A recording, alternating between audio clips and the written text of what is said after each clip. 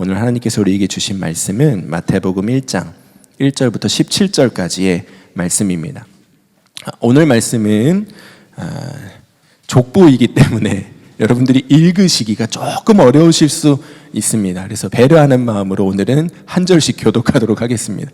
좋으시죠? 네, 이거 그 FX가 눌러져 있는 것 같은데요. 자, 우리 마태복음 1장 1절부터 17절 말씀, 제가 먼저 한 절 읽고 여러분 한 절 읽고 이렇게 한 절씩 교독하도록 하겠습니다. 아브라함의 자손이요 다윗의 자손인 예수 그리스도의 계보는 이러하다.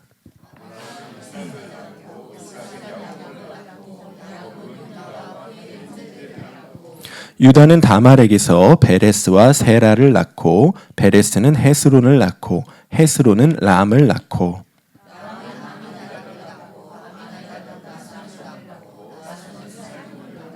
살몬은 라합에게서 보아스를 낳고 보아스는 룻에게서 오벳을 낳고 오벳은 이새를 낳고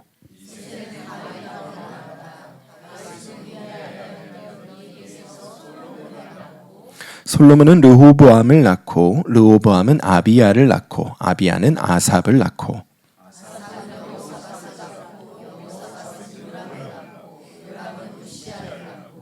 우시아는 요담을 낳고 요담은 아하스를 낳고 아하스는 히스기야를 낳고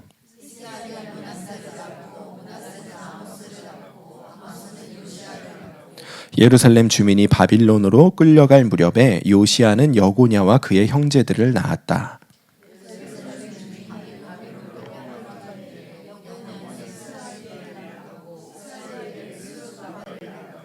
스룹바벨은 아비훗을 낳고 아비훗은 엘리야김을 낳고 엘리야김은 아소르를 낳고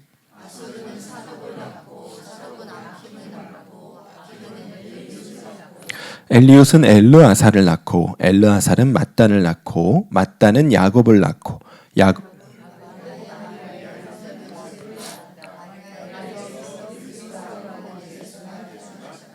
함께 읽겠습니다. 그러므로 그 모든 대수는 아브라함으로부터 다윗까지 14대요 다윗으로부터 바빌론에 끌려갈 때까지 14대요 바빌론으로 끌려간 때로부터 그리스도까지 14대이다. 아멘. 하나님의 말씀입니다. 자, 우리 오늘부터 가스펠 프로젝트를 시작합니다. 여러분들 지난주에 우리 교회 성도님들은 교재를 다 나눠드렸지요. 우리 신약의 1권의 첫 번째 시간입니다. 제가 여러분들 나눠드린 교재를 쭉 읽어보니까요, 조금 어렵게 느껴지실 수도 있을 것 같아요. 또 책을 오랜만에 보시는 경우도 있으면 더 어려울 수 있겠죠. 아마 이걸 왜 해야 돼? 이런 마음이 드실 수도 있겠습니다. 근데 여러분 코로나 때 경험해 보셨죠? 코로나 때 우리가 교회에 나가지를 못하니까 어떻게 말씀 묵상해야 할지, 어떻게 하나님을 예배해야 할지 우리 스스로에게 아무런 훈련이 되어 있지 않다는 사실을 그때 마주한 적이 있습니다. 그때 사람들이 너무 혼란스러워했죠. 교회 가지 못하는데 어떻게 예배해야 하고 어떻게 성경을 봐야 하지? 여러분, 우리에게 그런 일이 또 다시 오지 않으리란 법이 없습니다. 전쟁이 있을 수도 있고 또 다시 전염병이 있을 수도 있고 이제는 우리가 익숙해져서 온라인으로 예배하는 것이 준비되어져 있지만 그때도 여전히 우리가 목회자들이 해드릴 수 없는 것은 여러분들이 직접 말씀을 읽고 말씀을 통해 주님과 교제하는 일을 일일이 해드릴 수가 없습니다. 여러분들 안에 그 힘이 자라나야 됩니다. 스스로 말씀을 읽고 스스로 말씀을 통해 주님의 음성을 듣고 스스로 주님과 교제할 수 있는 능력이 여러분 안에 자라나야 됩니다. 그러니까 지금 어렵다고 해서 포기하지 마세요. 제가 잘 도와드릴게요. 어려워도 그냥 한번 읽고 오시면 그럼 제가 예배 시간에 설교를 통해서 잘 풀어드릴게요. 그러니까 포기하지 마시고 여러분 한번 끝까지 가봅시다. 그리고 나서 나중에 내가 성경을 보는 눈이 이렇게 달라졌네. 여러분 그렇게 스스로를 돌아보게 되는 그날을 우리가 함께 경험하게 되기를 축복합니다. 오늘 첫 번째 시간입니다. 제가 어렸을 때 저희 집 족보를 본 적이 있습니다. 명절에 큰 집에 갔는데 저희 사촌 형이 얘기하기를 너 이름이 있잖아. 족보에는 다르게 올라가 있는 거 알아? 그렇게 얘기하는 거예요. 흔한 일이죠. 족보의 이름과 주민등록상의 이름이 다른 게. 그래서 제가 진짜 한번 보여줘. 그래서 사촌 형이 저희 집안 장손이 족보를 꺼냈어요. 그래서 저에게 딱 보여줬는데 제가 그 족보를 딱 열자마자 어떻게 했냐면 덮었습니다. 한자로 써 있는 거예요. 이게 어렵더라고. 볼 수가 없더라고요. 그래서 바로 덮고 그냥 집어 넣었죠. 여러분, 족보는요 어려운 거예요 원래. 그렇죠? 내가 태어나고 내가 자란 내 집안 족보도 어려운데 여러분, 남의 집안 족보는 오죽하겠습니까? 여러분, 예수님의 족보도요 우리가 읽으려고 하면 어렵죠. 성경 곳곳에서 이 족보가 나오는데 그 족보 그냥 나오기만 하면 딱 넘겨버리는 분들 얼마나 많은지요. 이거 읽어도 나한테 아무 은혜가 안 돼. 그러니까 뭐 그냥 빨리 읽고 넘어가든가 아니면 그냥 넘어가든가 그렇게 족보를 그냥 넘기는 경우가 많습니다. 그런데 여러분, 참 감사한 것이요, 예수님은 어떻게 족보도 은혜가 되는지요. 족보를 보는 눈이 열리면, 읽을 수 있게 되면요 족보를 통해서도 은혜를 받을 수 있습니다. 너무너무 많은 은혜를 받을 수 있습니다. 오늘 우리가 이 짧은 시간에 다 나누지 못해서 제가 아주 간단하게만 말씀드릴 텐데, 그리고 오늘 우리 나누는 이 가스펠 프로젝트와 연결된 부분을 중심으로 나누어 드릴 텐데, 언젠가 기회가 되면 여러분 우리 족보 공부 한번 해봤으면 좋겠어요. 족보가 너무 은혜롭습니다. 자, 우리 그 말씀을 한번 나누면서 은혜를 발견해 보기를 원합니다. 오늘 우리가 마태복음 말씀을 읽었습니다. 이 마태복음을 기록한 사도 마태라는 사람이 이 마태복음을 왜 기록을 했냐면, 예수님을 믿는 유대인들, 유대인 출신의 그리스도인들에게 믿음의 확신을 더해주기 위해서 이 마태복음을 기록했습니다. 당시에 유대인으로서 예수님을 믿는다는 것은 무슨 뜻이냐면 모든 것을 버릴 각오를 해야 된다는 뜻입니다. 유대인들에게 예수님은 어떤 분이셨죠? 신성모독의 죄를 지어서 가장 비참한 십자가에 달려 죽음을 당하는, 처형을 당한 범죄자였습니다. 내가 하나님의 아들이고 내가 세상을 구원할 메시아라고 떠벌리고 다니다가 그거 다 거짓말임이 들통나서 그냥 가장 비참한 죽음을 당한 그런 거짓말쟁이에 불과했죠. 유대인으로서 그런 예수를 믿는다는 것은요 유대 공동체에서 파면을 당하는 일입니다. 유대인으로서의 모든 권리를 포기해야만 하는 일입니다. 유대인들에게 공공의 적이 되어야 하는 결단입니다. 그런데 그런 환경 속에서도 예수님을 믿었던 유대인들이 있었다는 얘기죠. 내가 모든 것을 포기할지라도, 모든 것을 버릴지라도 나는 예수님을 믿고 따를 거야. 네, 여러분, 우리의 마음이 어떤가요? 한번 그렇게 결단하면 그 믿음이 죽을 때까지 가지요? 네. 반응을 보니까 다 똑같은 것 같아요. 그들도 그렇지가 않았던 거예요. 단단히 마음 먹고 예수님 믿었는데요 얼마나 많은 핍박이 있고 박해가 있고 어렵게 하는지요. 그 삶이 얼마나 고달파지는지요. 그러니까 마음이 흔들리는 거죠. 그러다 결국 무슨 마음이 듭니까? 진짜 예수 믿는 거 맞아? 정말 예수님이 메시아 맞아? 그러면 왜 나를 이 어려움에서 구해주지 않고, 그러면 왜 도대체 저 나를 박해하는 저 사람들은 그대로 내버려 두시는 거야? 여러 가지 마음의 의심과 흔들림이 들지 않겠습니까?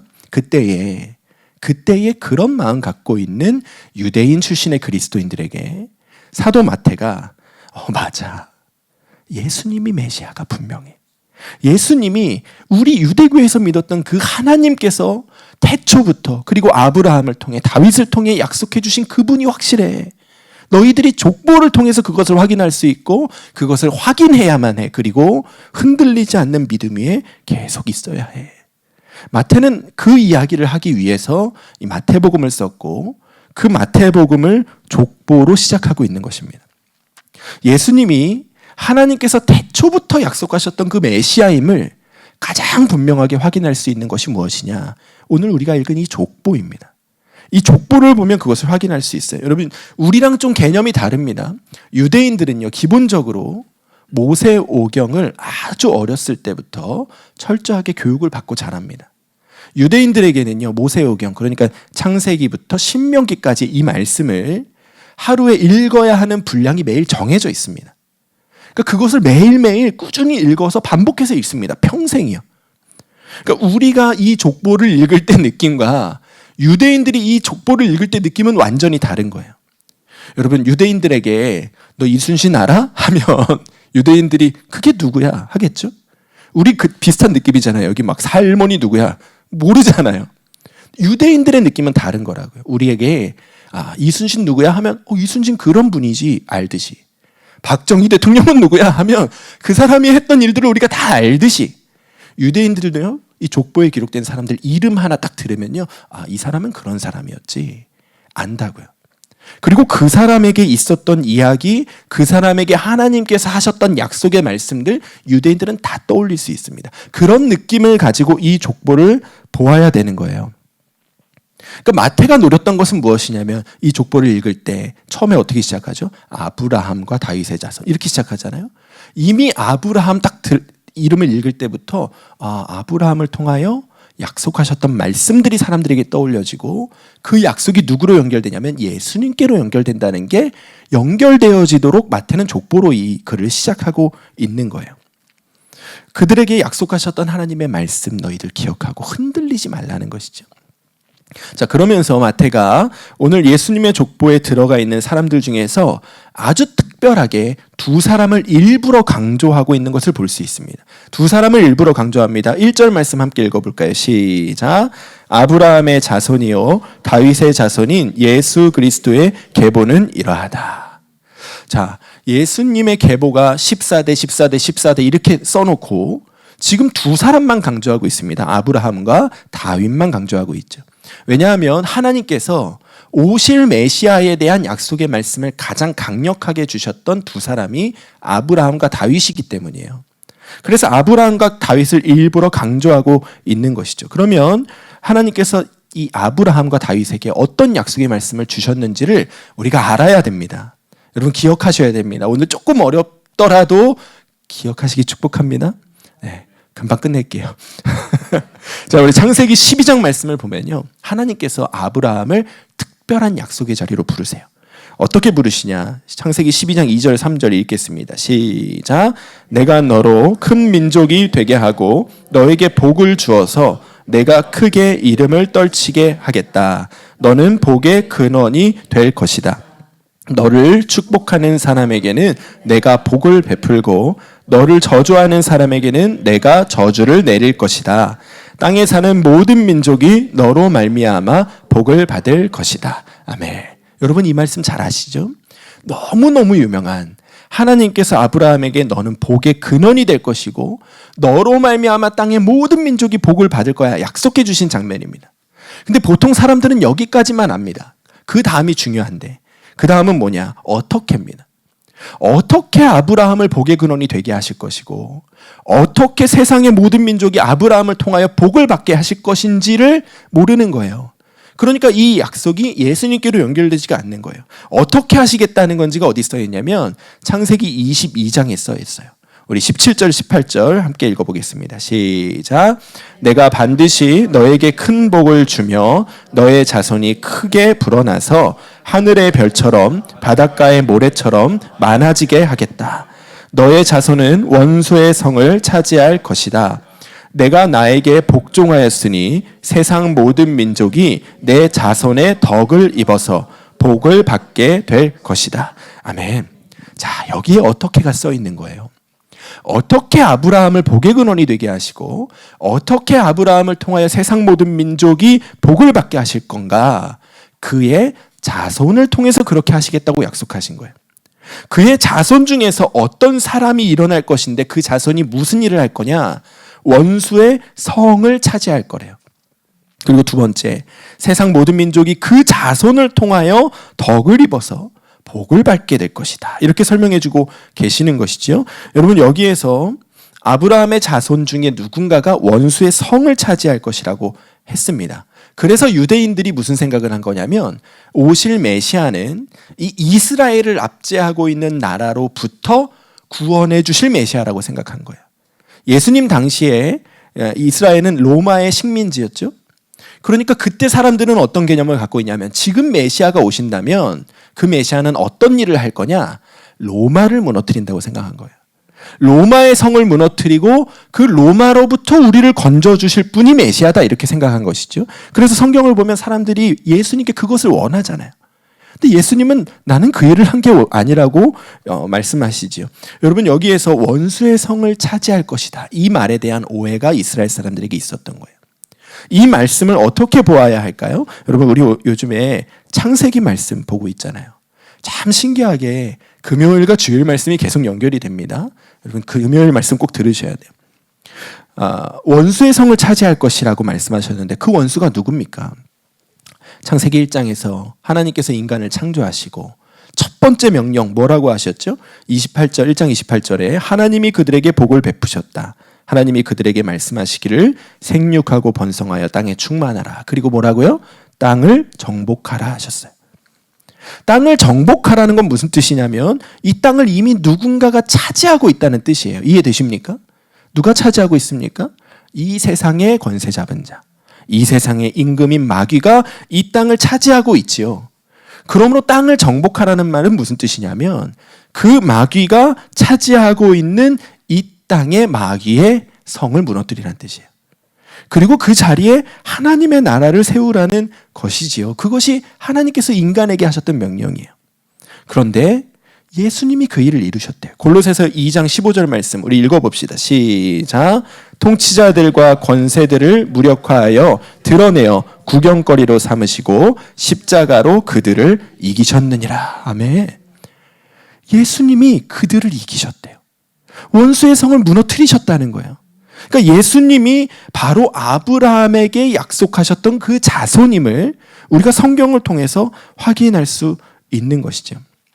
그리고 이어서 모든 민족이 그 자손으로 말미암아 복을 받을 것이라고 하셨는데 여러분 이건 뭐 말하나 마나입니다. 여러분 다 외우는 말씀이에요. 요한복음 3장 16절 17절 읽어보겠습니다. 시작. 하나님이 세상을 이처럼 사랑하사 독생자를 주셨으니 이는 그를 믿는 자마다 멸망하지 않고 영생을 얻게 하려 하심이라. 하나님이 그 아들을 세상에 보내신 것은 세상을 심판하려 하심이 아니요 그로 말미암아 세상이 구원을 받게 하려 하심이라. 아멘. 이렇게 연결되는 거예요. 세상 모든 민족이 어떻게 예수님을 통하여 아브라함의 자손을 통하여 복을 받죠? 그를 믿는 자마다 멸망하지 않고 영생을 얻을 수 있는 길을 열어주셨기 때문에 예수님을 통하여 복을 받는다는 거예요. 그러니까 성경에 기록된 아브라함에게 하셨던 모든 약속의 말씀은 결국 누구를 통하여 성취된다는 거죠? 예수님을 통하여. 그 모든 말씀이 예수님을 향한 말씀이었음을 우리가 성경을 통해서 확인할 수 있는 것이고 마태는 유대인 출신의 그리스도인들에게 이것을 보여주고 싶었던 거예요. 너희들 잘 생각해. 확실해. 아브라함에게 하셨던 그 약속의 자손이 예수님이 확실해. 너희들 흔들리면 안 돼. 이 얘기를 하고 있는 거예요. 다윗에게 하셨던 약속의 말씀도 한번 보겠습니다. 사무엘하 7장 12절 13절 말씀 읽겠습니다. 시작. 내 수완이 차서 내 조상들과 함께 누울 때에 내가 내 몸에서 내 씨를 내 뒤에 세워 그의 나라를 견고하게 하리라. 그는 내 이름을 위하여 집을 건축할 것이요 나는 그의 나라 왕위를 영원히 견고하게 하리라. 아멘. 하나님께서 다윗에게 하셨던 약속은 뭐냐? 너의 씨, 너의 자손을 너의 뒤에 세워서 그 나라를 견고하게 할 것인데 영원히 견고하게 하시겠대요. 자, 여러분 이스라엘의 역사 중에 이 말씀에 해당되는 때가 있습니까? 없습니까? 이 말씀에 해당되는 왕이 있습니까? 없습니까? 영원히 그 나라가 무너지지 않은 적이 있나요? 영원히 왕위를 지켰던 왕이 있습니까? 없어요.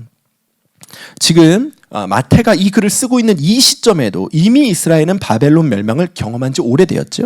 이미 멸망했었습니다. 지금도 로마의 식민지가 되어 있는 처지입니다.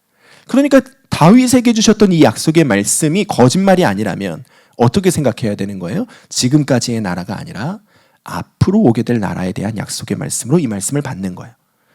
유대인들도 그렇게 여기고 있었어요. 그러면 그 앞으로 오게 될 나라는 누구의 나라냐?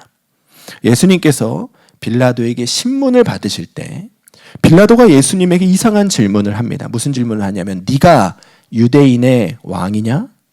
질문을 하죠. 그때 예수님이 대답하시기를 읽겠습니다. 요한복음 18장 36절 37절 시작. 예수께서 대답하시되 내 나라는 이 세상에 속한 것이 아니니라. 만일 내 나라가 이 세상에 속한 것이었더라면 내 종들이 싸워 나로 유대인들에게 넘겨지지 않게 하였으리라. 이제 내 나라는 여기에 속한 것이 아니니라. 빌라도가 이르되 그러면 내가 왕이 아니냐? 예수께서 대답하시되 내 말과 같이 내가 왕이니라. 내가 이를 위하여 태어났으며 이를 위하여 세상에 왔나니. 여러분, 예수님이요 왕이래요. 그런데 왕이 되시기 위하여 태어나셨대. 어떤 왕이 되시기 위하여 태어나셨을까요? 하나님께서 다윗에게 약속하셨던 그 왕이 되시기 위하여 태어나셨다는 얘기예요. 영원토록 무너지지 않는 견고한 나라의 왕이 되시기 위하여 태어나셨다는 거예요. 여러분, 그래서 마침내 임하게 될 하나님의 나라를 성경이 누구의 나라라고 하고 있죠? 예수님의 나라라고 하는 거예요. 요한계시록 11장 15절 말씀 읽겠습니다. 시작. 일곱째 천사가 나팔을 불매 하늘에 큰 음성들이 나서 이르되 세상 나라가 우리 주와 그리의 그리스도의 나라가 되어 그가 세세토록 왕노릇 하시리로다. 아멘. 예수님이 모든 나라의 왕이 되신대요. 그리고 세세토록 영원히 왕노릇 하신대요. 그러니까 이 모든 성경의 얘기들은 다윗에게 약속하셨던 그 자손, 그 왕이 예수님이시다. 이것을 우리에게 밝히 보여주고 있는 것이죠. 유대인들이 이 족보를 볼 때 이것을 떠올리기를 마태는 원했던 거예요. 그래, 아브라함에게 다윗에게 약속하셨던 그 자손, 아브라함의 자손이요 다윗의 자손이신 영원하신 왕, 그분이 예수님이시지. 그 믿음 위에 우리가 흔들려서는 안 되지. 그것을 그들에게 깨닫게 하기를 원했던 것이죠.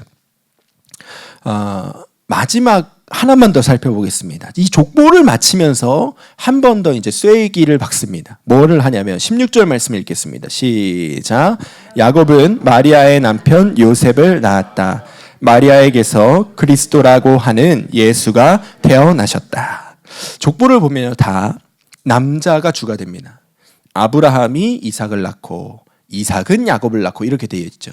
족보에 여자가 기록되더라도 어떻게 기록되냐면 유다는 다말에게서 베레스와 세라를 낳고, 그러니까 항상 이 가계도의 중심이 남자로 되어 있습니다. 그러면 요셉의 이야기는 어떻게 가야 되죠? 요셉이 마리아에게서 예수를 낳고 이렇게 가야 정상이거든요. 그런데 그렇게 쓰지 않고 마리아에게서, 마리아만 얘기합니다. 그리스도라고 하는 예수가 태어나셨다. 왜 이렇게 썼을까요? 예수님은 동정녀 마리아를 통하여 성령으로 잉태되신 분이시니까. 그러니까 마리아만 써는 거예요. 그럼 여기에서 무슨 얘기를 하고 싶은 거냐? 여러분, 창세기 말씀 기억하셔야 됩니다. 창세기 그래서 중요한 거예요. 3장 15절 말씀 우리 읽겠습니다. 시작. 내가 너로 여자와 원수가 되게 하고 내 후손도 여자의 후손과 원수가 되게 하리니 여자의 후손은 내 머리를 상하게 할 것이요 너는 그의 발꿈치를 상하게 할 것이라 하시고. 누구의 후손이요? 여자의 후손이래요. 여러분, 이 세상에 여자의 후손이라고 말할 수 있는 사람이 누가 있습니까? 여자만의 후손이라고 말할 수 있는 사람이 누가 있습니까? 예수님밖에 없는 거예요. 예수님은 성령으로 잉태되셔서 동정녀 마리아를 통하여 태어나셨잖아요. 남자와 관련이 없으시잖아요. 그러니까 누구의 후손이에요? 여자의 후손인 거예요. 지금 이 족보를 끝내면서 다시 한번 강하게 상기시키고 있는 것이죠. 창세기에 기록된 그 여자의 후손이 예수님이시고 그 예수님께서 십자가에서 뱀의 머리를 깨버리셨다. 완전한 승리를 이루셨다. 마태가 다시 한번 강조하고 있는 거예요. 그러니 너희들이 아무리 박해를 받아도, 아무리 어려운 형편 가운데 있다고 할지라도 절대로 예수님을 포기해서는 안 돼. 너희들가 그 믿음 안에만 있다면, 예수를 그리스도로 믿는 믿음 안에 있다면, 그러면 아브라함에게 약속하신 복이 너희의 복이라. 마태는 그 이야기를 지금 해주고 싶었던 거예요. 여러분, 우리도요, 동일한 믿음 위에 서기를 원합니다. 많은 사람들이요, 지금처럼 예수 믿는 시대가, 예수 믿기 편한 시대가 없었다고 이야기하고는 합니다. 특히나 이 미국 땅에 살고 있는 우리에겐 더 그렇죠. 지난달만 해도 중국 땅에서는 예수 믿는 자들 지금 체포되어서 감옥에 가고 있는데, 우리는 미국 땅에 살고 있음으로 인하여 예수 믿기 이처럼 편한 시기가 없었다고 착각하며 삽니다. 근데 여러분, 그것이 착각인 줄 알아야 합니다. 육체적인 핍박이 없다고 해서 예수 믿기 편한 게 아닙니다. 오히려 육체적으로 편하기 때문에 더 예수님을 주님으로 고백하지 못하고 살 때가 많죠. 예수님을 주님이라고는 부르는데 돈이 나의 주인 되고 자식이 나의 주인 되고 세상의 성공이 나의 주인 되고 나 자신이 나의 주인 될 때가 얼마나 많습니까? 예수님의 말씀을 따라 살기보다 내가 하고 싶은 대로 살 때가 얼마나 많습니까? 우리 무슨 말을 하든지 무슨 행동을 하든지 예수님 주님이라고 부르면서 한 번도 허락받지 않고 그냥 나 하고 싶은 대로 내 감정을 따라서 말하고 행동하며 살 때가 여러분 얼마나 많습니까? 주변 사람들, 예수님 음성 듣지 않고요. 주변 사람들 얘기 듣고 가족들 얘기 듣고 이웃들 세상의 소리들 듣고 그 이야기들을 따라서 살 때가 얼마나 많은가요? 우리도 핍박과 박해 속에 시험과 유혹 속에 살고 있는 거예요. 그래서 우리에게도 이 족보가 필요한 거예요. 이 족보가 우리에게 필요하지 않았더라면 그때 유대인들을 읽고 지워버렸겠죠, 하나님께서. 근데 왜 이 족보를 우리에게까지 읽게 하시는 겁니까? 우리도 이 족보를 통해서요, 매일 우리 믿음을 다시 재점검해야 되는 거예요. 나는 예수님을 하나님께서 아브라함에게 약속하셨던 그 분으로 정말 믿고 있는지, 나는 예수님을 하나님께서 다윗에게 약속하셨던 그 구원자로 그리스도로 정말 믿고 있는지, 내가 예수님을 그렇게 대우하며 살고 있는지. 여러분, 족보 보실 때마다 우리가 우리의 믿음을 교정하는 좌표로 이 족보를 활용해야 되는 거예요. 아브라함과 다윗의 자손 예수 그리스도의 계보라 읽을 때마다 그래, 예수님이 그 약속의 말씀의 주인공이신데 내가 그분을 이렇게 대우하고 산다고? 내가 내 안에 그분을 모시고 살면서도 고작 이 정도로 예수님 생각하고 산다고? 여러분, 우리 스스로 점검해 보아야 하는 거예요. 그리고 여러분, 또 하나 기억해 하셔야 될 사실이 있는데, 지금도 하나님의 나라에서는 족보가 쓰여져 있다는 걸 여러분 아셔야 됩니다. 지금도 하나님의 나라에서요, 하나님께서 족보를 써가고 계십니다. 이 세상을 살아가고 있던 모든 사람들의 이름을 다 쓰고 계십니다. 그 족보의 이름을 성경이 뭐라고 말하는지 아십니까? 생명책이라고 말하는 거예요. 우리 요한계시록 20장 12절 말씀 읽어보겠습니다. 시작. 또 내가 보니 죽은 자들이 큰 자나 작은 자나 그 보좌 앞에 서 있는데 책들이 펴 있고 또 다른 책이 펴졌으니 곧 생명책이라. 죽은 자들이 자기 행위를 따라 책들에 기록된 대로 심판을 받으니. 하나님 앞에 책들이 펼쳐져 있대요. 책들이. 그리고 사람들이 그 책에 기록되어져 있는 자기 행위를 따라서 심판을 받는다는 거예요. 무슨 뜻이냐면 하나님께서요, 이 세상을 살아가고 있는 모든 사람들, 한 사람도 빠짐없이 모든 사람들의 삶과 행위를 다 기록해 두고 계시다는 거예요. 책이에요. 여러분, 하나님 앞에 놓여 있는 책이에요. 이 땅 가운데 살았던 사람들의 이름이 한 사람도 빠짐없이 다 기록되어져 있습니다. 그리고 그 이름에는 반드시 무엇이 따라 붙냐면 그들의 행위, 그들의 삶에 대한 평가가 따라 붙는다는 거예요. 여러분, 제가 오늘 말씀 묵상하다 보니까요, 저 성경 잘 모르지만 이름만 봐도요, 그 사람의 삶이 보이더라고요.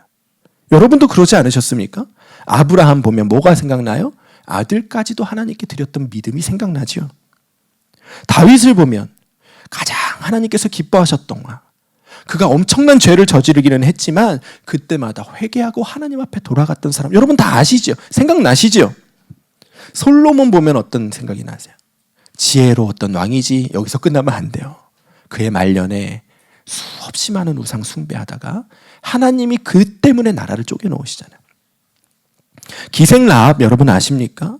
여리고 이방 민족이었는데 출애굽 시기에 하나님께서 행하셨던 일들에 대한 소문만 듣고도 그가 하나님을 믿기로 결단했던 사람입니다. 또 어떻게 나가지요? 아하스는 어떤 사람입니까? 우상을 숭배해서 자기 자식들을 이라고 써 있습니다, 성경에.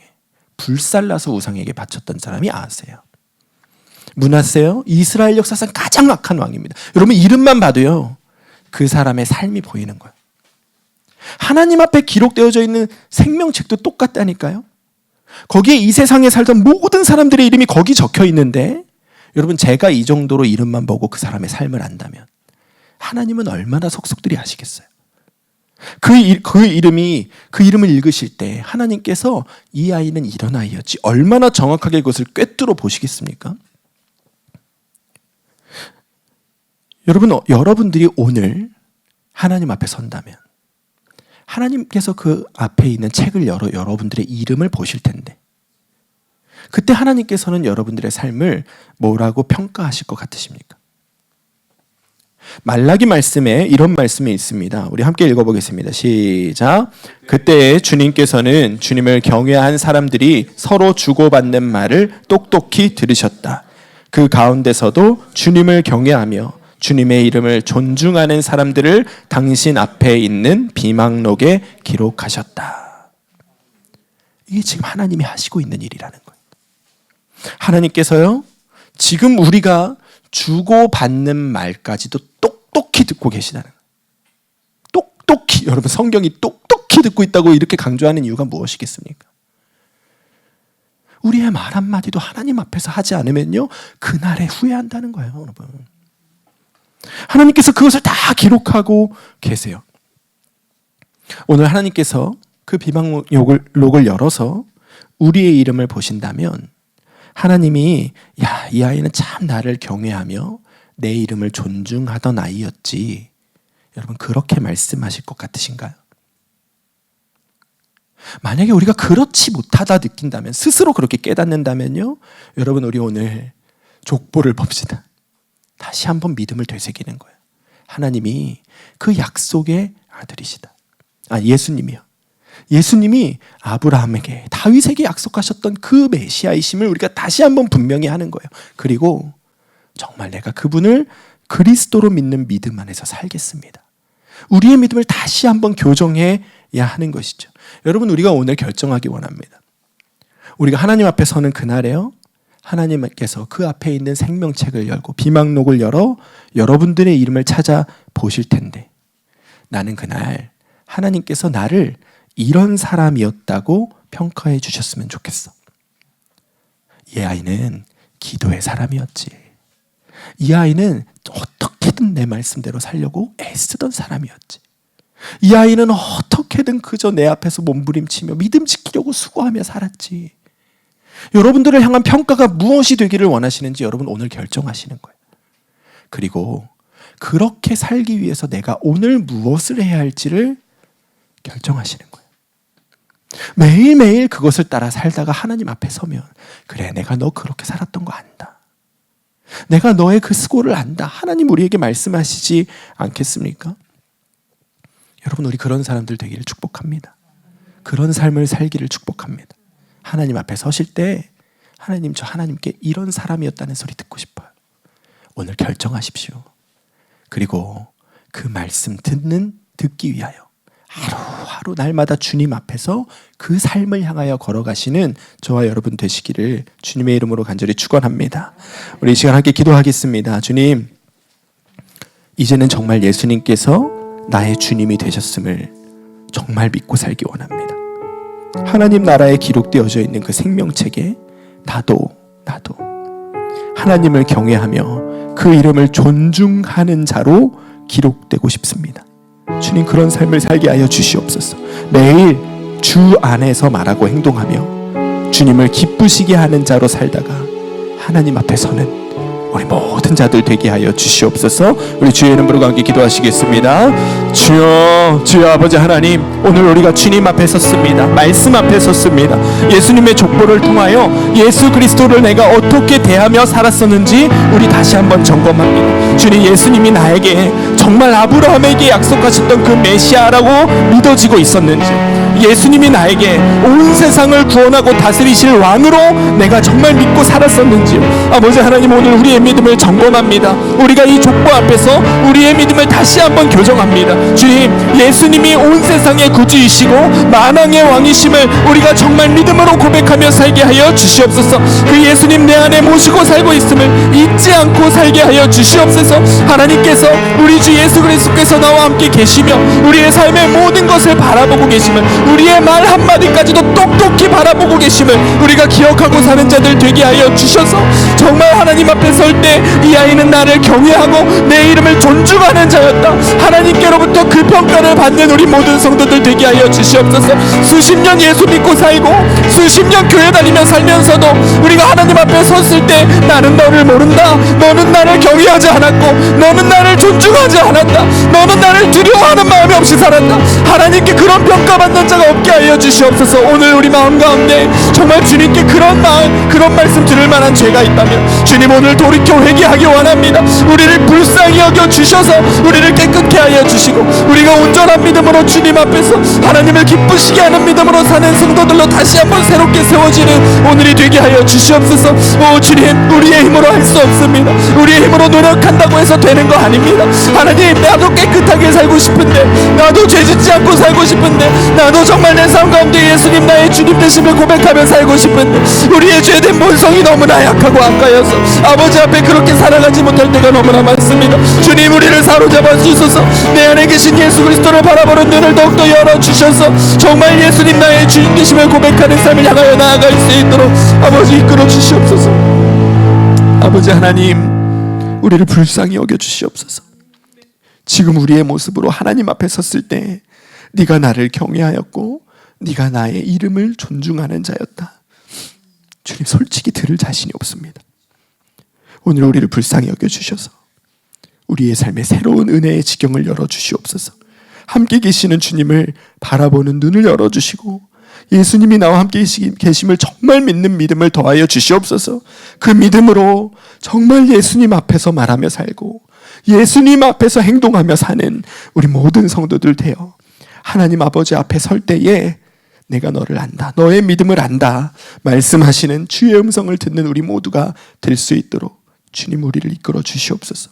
주님, 열방 가운데 수없이 많은 그리스도인들이 있고 수없이 많은 예수님의 제자라고 칭하는 자들이 있는데 주님, 그들의 믿음을 오늘 점검하여 주시기를 원합니다.